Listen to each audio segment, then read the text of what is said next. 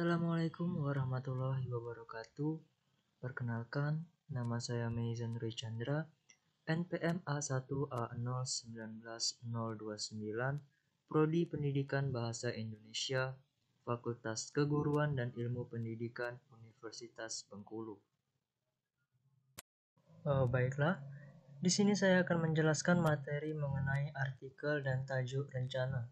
Mata kuliah pengantar jurnalistik, dosen pembimbing Bapak Wisman MPD. Yang pertama adalah pengertian artikel dan tajuk rencana.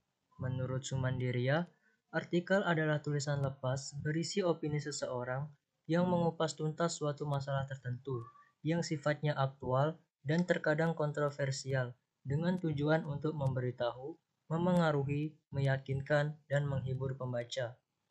Menurut Kamus Besar Bahasa Indonesia, artikel adalah karya tulis lengkap, misalnya laporan berita atau esai di majalah, surat kabar, dan sebagainya. Al-Aqli mendefinisikan artikel sebagai suatu tulisan yang ditulis oleh seseorang atau orang-orang yang disiplin ilmu dengan pembahasan yang ditulis secara lengkap, lugas, dan tuntas, sehingga yang membaca dapat menemukan inti dari karangan yang ditulis. Andi Baso Mapatato mengartikan artikel sebagai karya tulis yang lengkap, tulisan non-fiksi, serta karangan yang memiliki panjang tidak menentu. Sedangkan pengertian tajuk rencana, menurut Sumandiria, tajuk rencana adalah sebuah opini redaksi yang berisi aspirasi, pendapat, dan sikap resmi media pers terhadap persoalan potensial, fenomenal, aktual, atau kontroversial yang terdapat dalam masyarakat. Dalam Kamus Besar Bahasa Indonesia, tajuk rencana dapat diartikan sebagai suatu karangan pokok dalam surat kabar, majalah, dan sebagainya. Dari penjelasan-penjelasan tersebut, dapat disimpulkan bahwa pengertian dari artikel adalah sebuah karya tulis lengkap yang berisi opini dan bertujuan untuk memberitahu, meyakinkan, mempengaruhi, dan menghibur pembaca. Sedangkan tajuk rencana merupakan artikel pokok yang terdapat dalam surat kabar yang berisi aspirasi, pendapat, dan sikap resmi media pers terhadap persoalan yang terdapat dalam masyarakat. Selanjutnya adalah teknik menulis artikel dan tajuk rencana. Secara garis besar, langkah-langkah menulis artikel dapat kita bagi menjadi 5 poin penting, yakni sebagai berikut. Yang pertama, tentukan tema. Tema haruslah spesifik. Semakin spesifik, semakin menarik minat baca. Yang kedua, tetapkan tujuan penulisan. Kebanyakan artikel, apalagi dalam artikel jenis deskripsi dan narasi, tidak menyatakan tujuan penulisan secara tersurat, melainkan tersirat. Yang ketiga, rumuskan ide pokok atau masalah. Biasanya, perumusan masalah dalam bentuk pertanyaan. Hanya saja, dalam penulisan artikel, deskripsi, dan narasi, rumusan masalahnya tidak tersurat, tetapi tersembunyi di balik alur tulisan. Yang keempat, kembangkan tema dan pembahasan sesuai dengan jenis artikel. Dan yang kelima, buatlah kesimpulan. Menurut Cahyono Widarmanto, teknik menulis artikel terbagi menjadi 3 bagian, yaitu teknik membuat judul, teknik menulis intro, dan teknik menulis isi. Teknik membuat judul untuk artikel pada dasarnya sama dengan membuat judul untuk berita. Judul yang baik harus menggambarkan isi singkat, padat, menarik, serta menggunakan kalimat aktif. Secara teknis, judul artikel untuk media massa pada umumnya berkisar antara 3 hingga 7 kata. Sedangkan judul untuk artikel kolom biasanya lebih pendek lagi, yaitu antara 1 hingga 4 kata. Jika isinya baik, tetapi judulnya kurang berhasil, biasanya judul bisa diubah oleh redaktur pelaksana media massa yang bersangkutan. Pengubahan ini terjadi dengan pertimbangan-pertimbangan antara lain penyesuaian dengan gaya media massa yang memuatnya, penyesuaian dengan ruang yang tersedia, serta mengikuti aktualitas tema yang disorot. Judul artikel yang menarik yaitu provokatif, singkat, padat, relevan, fungsional, dan representatif. Dalam teknik menulis intro, yang terpenting adalah ditulis dengan kalimat semenarik mungkin, sehingga dapat membangkitkan minat baca pembaca. Paragraf pertama merupakan pintu gerbang bagi pembaca untuk memasuki kalimat-kalimat berikutnya hingga kalimat akhir. Dengan adanya intro yang menarik, maka mulai dari alinea pertama, pembaca sudah digiring untuk mengetahui isi artikel yang kita tulis. Intro harus singkat dan biasanya tidak lebih dari 3 paragraf. Dalam menulis artikel, kedudukan intro sangat strategis. Kemudian teknik menulis isi. Secara umum, ada 3 prinsip dasar yang perlu kita perhatikan dalam menulis isi artikel, yakni kesatuan, pertautan, dan titik berat. Selanjutnya adalah teknik menulis tajuk rencana. Dalam menulis tajuk rencana, ada beberapa hal yang perlu dipertimbangkan, yakni sebagai berikut. Yang pertama, memiliki gagasan tentang topik yang akan dibahas. Yang kedua, memiliki tahap pemilihan dan pencarian data terkait. Yang ketiga, memiliki bobot pada substansi dari materi dan tesis.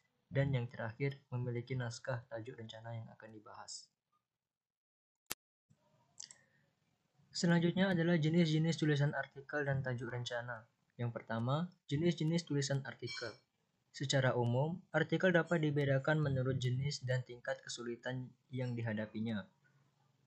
Yang pertama, artikel praktis. Artikel praktis lebih bersifat petunjuk praktis tentang cara melakukan sesuatu. Misalnya cara install komputer, cara merawat ikan arwana, dan sebagainya. Artikel praktis lebih menekankan pada aspek ketelitian dan keterampilan daripada aspek pengamatan dan pengembangan pengetahuan. Artikel praktis biasanya ditulis menggunakan pola kronologis, pesan yang disusun berdasarkan urutan waktu dan tahapan pekerjaan. Yang kedua, artikel ringan. Artikel ringan lazim ditemukan pada rubrik anak-anak, remaja, wanita, dan keluarga. Artikel jenis ini banyak mengangkat bahasan yang ringan dengan penyajian yang ringan pula. Topik seperti kiat sukses belajar di perguruan tinggi, 7 ciri wanita setia, dan sebagainya, termasuk ke dalam artikel ringan. Artikel ringan dikemas dengan gaya paduan informasi dan hiburan atau infotainment. Yang ketiga, artikel halaman opini. Pada artikel halaman opini, sifatnya subjektif. Penamaan artikel halaman opini dimaksudkan untuk memudahkan kita dalam mengenali jenis artikel yang terdapat dalam media cetak. Selain itu, untuk mengenali karakter isi, pendekatan, dan topik yang dikupasnya. Artikel yang membahas cara cepat mengatasi jerawat tidak akan kita temukan di halaman opini. Artikel opini lazim ditemukan pada halaman khusus opini bersama opini yang lain, yakni tajuk rencana, kolom, pojok, karikatur, dan surat pembaca. Artikel opini mengupas suatu masalah secara serius dan tuntas melalui pendekatan analitis akademis. Sifatnya relatif berat, karena artikel opini kerap ditulis oleh mereka yang memiliki latar belakang pendidikan, pengetahuan, keahlian, atau pengalaman memadai di bidangnya masing-masing. Yang keempat adalah artikel analisis ahli. Artikel analisis ahli biasanya kita temukan pada halaman muka, halaman-halaman berita, atau halaman khusus. Sesuai dengan namanya, artikel ini ditulis oleh ahli atau pakar di bidangnya. Dalam bahasa yang populer dan komunikatif, artikel analisis ahli mengupas secara tajam dan mendalam suatu persoalan. Topik yang diangkat bisa bermacam-macam, seperti ekonomi, politik, pendidikan, sosial, agama, budaya, industri, dan iptek. Kemudian dalam buku jurnalistik praktis karya Romley, disebutkan bahwa ada 4 jenis artikel berdasarkan isinya yang meliputi artikel deskriptif, tulisan yang isinya menggambarkan secara detail ataupun garis besar tentang suatu masalah, sehingga pembaca mengetahui secara utuh masalah yang dikemukakan. Yang kedua, artikel eksplanatif. Isinya menerangkan sejelas-jelasnya tentang suatu masalah, sehingga pembaca memahami betul masalah yang dikemukakan. Yang ketiga, artikel prediktif. Berisi ramalan atau dugaan apa yang kemungkinan terjadi pada masa mendatang, berkaitan dengan masalah yang dikemukakan. Yang keempat, artikel preskriptif. Isinya mengandung ajakan, imbauan, atau perintah bagi pembaca agar melakukan sesuatu. Kata-kata harus, seharusnya, hendaknya, seyogianya, dan sebagainya mendominasi tulisan jenis ini. Kemudian, jenis-jenis tulisan tajuk rencana. Tajuk rencana juga dapat dikenali lebih jauh berdasarkan jenis dan sifat yang dimilikinya. Yang pertama, tajuk rencana yang bersifat memberikan informasi semata. Tajuk semacam ini jarang kita jumpai. Kalaupun ada, pada umumnya karena si penulis tajuk masih belum mengetahui kebijakan apa yang telah diambil oleh surat kabarnya. Yang kedua, tajuk rencana yang bersifat menjelaskan. Jenis tajuk ini hampir serupa dengan interpretasi yang memberikan penjelasan kepada suatu peristiwa atau berita. Yang ketiga, tajuk rencana yang bersifat memberikan argumentasi. Tajuk rencana ini bersifat analitis dan memberikan argumentasi mengapa sampai terjadi sesuatu hal dan apa akibatnya. Yang keempat, tajuk rencana yang bersifat menjuruskan timbulnya aksi. Tajuk rencana semacam ini merupakan tajuk yang mendorong timbulnya aksi dari masyarakat. Si penulis tajuk ingin menjuruskan timbulnya tindakan secara cepat, tetapi pembaca surat kabar sekarang sudah terbiasa dengan keadaan dan kurang lagi terdorong untuk mengambil aksi. Yang kelima, tajuk rencana yang bersifat jihad. Tajuk rencana semacam ini umumnya datang berturut-turut dan dengan sikap yang jelas terhadap suatu masalah. Tujuannya juga jelas untuk mengadakan perubahan. Contohnya, tajuk rencana yang terus-menerus tentang anti judi dan kemudian menghapuskan judi. Yang keenam, tajuk rencana yang bersifat membujuk.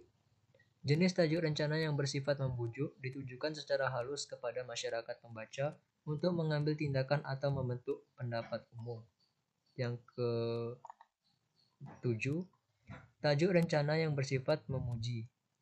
Jika ada tajuk yang mendorong aksi, maka sudah wajar jika ada tajuk yang ditujukan untuk memuji atau memberikan pujian atas suatu prestasi yang terjadi pada masyarakat.